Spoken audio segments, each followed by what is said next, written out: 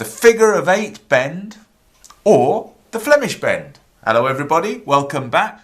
Oh, and little word of warning, don't sit too close to the screen because at the moment I have got man flu and it's the worst that's ever been recorded according to Guinness Book of Records. So I'm feeling quite rough today as I do this one. But anyway, what we're going to do today is we're going to do the figure of 8 bend. And you can see here, it's called the figure of 8 bend because we've got a very nice looking figure of 8 within that particular bend.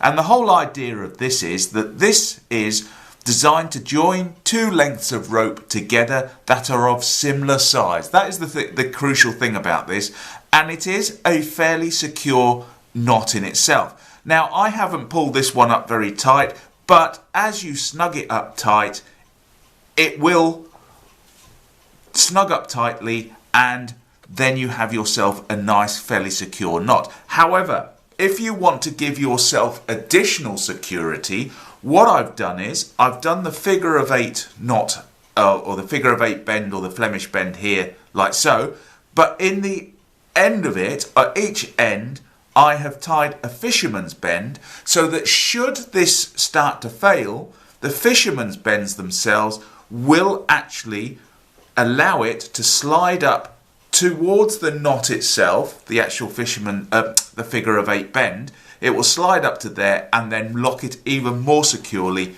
into place. So if it's a critical load that you're putting on this, would suggest that you tie it up with some form of stopper knot like I've done here with the fisherman's bend. But if it's just a straightforward, not critical, you want to tie two ropes together, then just go for the straightforward figure of 8 bend or the Flemish bend. So anyway, what I'm going to do is I'm going to untie these. I will show you that method first and then I'll show you this method so that if you, say for example, are doing something crucial, you can make it even more secure. So anyway, I'll untie this and in the meantime, let's get knotting and I'll see you on the other side. Okay, so here we have our first piece of rope. This is the yellow rope. Here's my red rope, which I'll introduce in a little bit. And the first thing that we need to do is we need to put a figure of 8 into this piece of cordage here. So there's two ways of doing it. The first way is just the tabletop method, is just form a loop like so. There's my working end there. Form a loop, then bring my working end round, underneath like so, and then take it down through there. And you can see there now, I've got a nice figure of 8. Get my pointer. Nice figure of 8 there on that one. Okay, that's one way of tying it. The next way is, for those of you who like it, just get the rope and form a bight like so, and then just put a couple of twists in like that. And when you've put a couple of twists in, get hold of the working end and pass it through the loop there that you've created, and you can see once again there we have got the figure of 8. So let me just show you that one again. So basically get your cordage like so, working end, standing end, get hold of this one turn, 2 turns, then get your working end, bring it round and pass it through like so, and you can see there we've got the figure of 8. So there's our figure of 8. I could do with a bit more cordage coming through here. So all I'm going to do is just feed a little bit more through like so. Okay, so there is our first figure of 8. Now, the thing that we've got to do is, see how bad it is? Oh, I feel rough. Anyway, so here's the next chord. And all we do now is we're going to follow the working end of this one back to the standing end, and we're just going to put this red one parallel to the yellow one. So all I'm going to do now is pass it underneath because it's going underneath there, and then pulling a fair bit of cordage through because I've still got to work my way round. Now that we've done that, the yellow one goes round there underneath that one, so I'm going to take the red one round there and underneath that one and keep it parallel to it. So tuck it in where it needs tucking in. And so you can see now, round and parallel. Now the next thing is, it's going round here, underneath both. So I'm going to take the red one underneath both.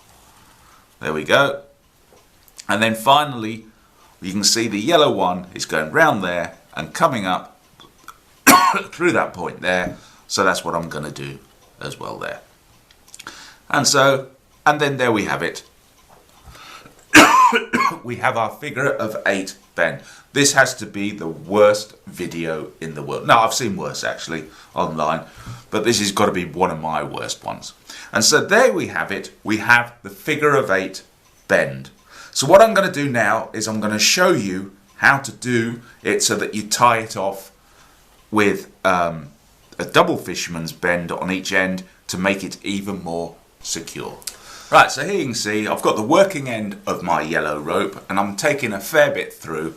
So a fair bit through because we're going to tie an extra knot in this one compared to the original figure of 8 bend that we did. So the first thing I'm going to do is I'm going to coil it over like so. So you can see it's going round over itself, and then I take my working end here and I bring it underneath like so, bring it underneath there. So we're starting to see that figure of 8 form, and then bring it down through the loop. Now I want to get a fair bit through, so I'm just going to put a bit more through. There we go.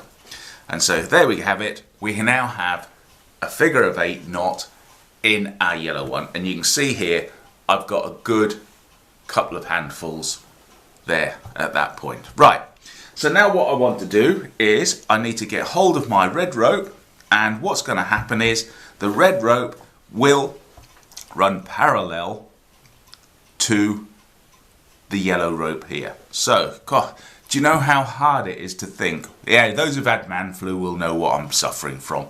Anyway, so I'm going to go up through here like so.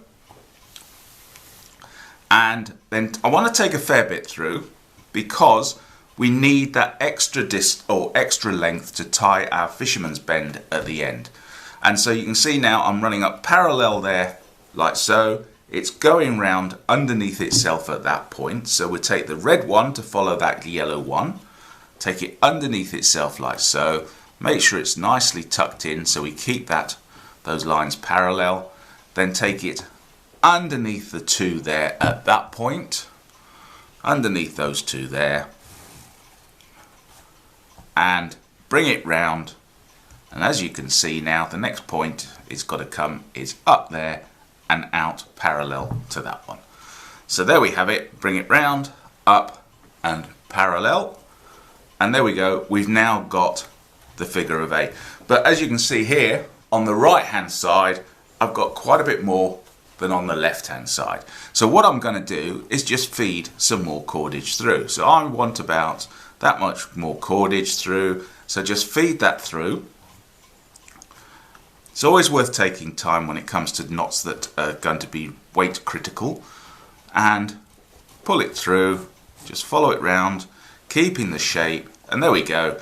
Now at both ends here we have a fair amount of cordage, and then we've got our our figure of 8 bend or Flemish bend here in the middle. So first thing I'm going to do is go to the right hand side here and tie the fisherman's bend, and they're such simple knots, and basically all I'm going to do is take my cord over like so, and then go round once, and then go round a second time like so, and then feed it through the 2 loops back on itself, through the 2 loops there like so, and there we have it. We have 1 in number fisherman's bend. And so that can actually, if I get hold of the red rope, that will slide up the rope like so, but if I then pull tightly on it, it will then go through like so. Now the thing with this is that if the bend here starts to fail, then this will act as a stopper knot once it hits the failing knot there, and that means it makes your knot even more secure, or bend even more secure. So what I'm going to do now is go to this side and tie in the second one, and this time we're doing it with the red cord. And so I take my red cord, I pass it over my yellow, down the back side, go around once, then go around for a second time like so, and now I've got my 2 loops there, And what I do is I pass my working end through those 2 loops there and pull up tight. And there you have it. We now have a Flemish bend, or the figure of 8 bend, and then that is secured with 2 stopper knots as such, which happens to be in this case the fisherman's bend. And so when we pull up tight on this now, you can see it's getting tight in the middle and it's pulling up really tight, but just make sure it's pulled up nice, tight and even.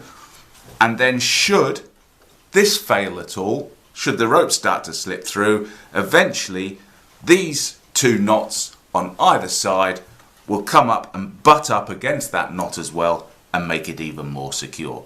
So anyway, that is how to do the figure of 8 bend with a securing knot, or secure off with the fisherman's bends. And for those of you who've used the figure of 8 bend, please tell me about it in the information below. For those of you who've watched this and suffered my blocked nose and droning on, I apologise, and I'll try and make them perkier for you next time. So anyway, once again, thanks very much for watching. If you liked it, if you hated it, but please do leave me a comment and tell me about your experiences with this particular bend and what securing knots you use to prevent it from failing if there's a critical load applied to the rope. Okay, thanks then. Bye bye.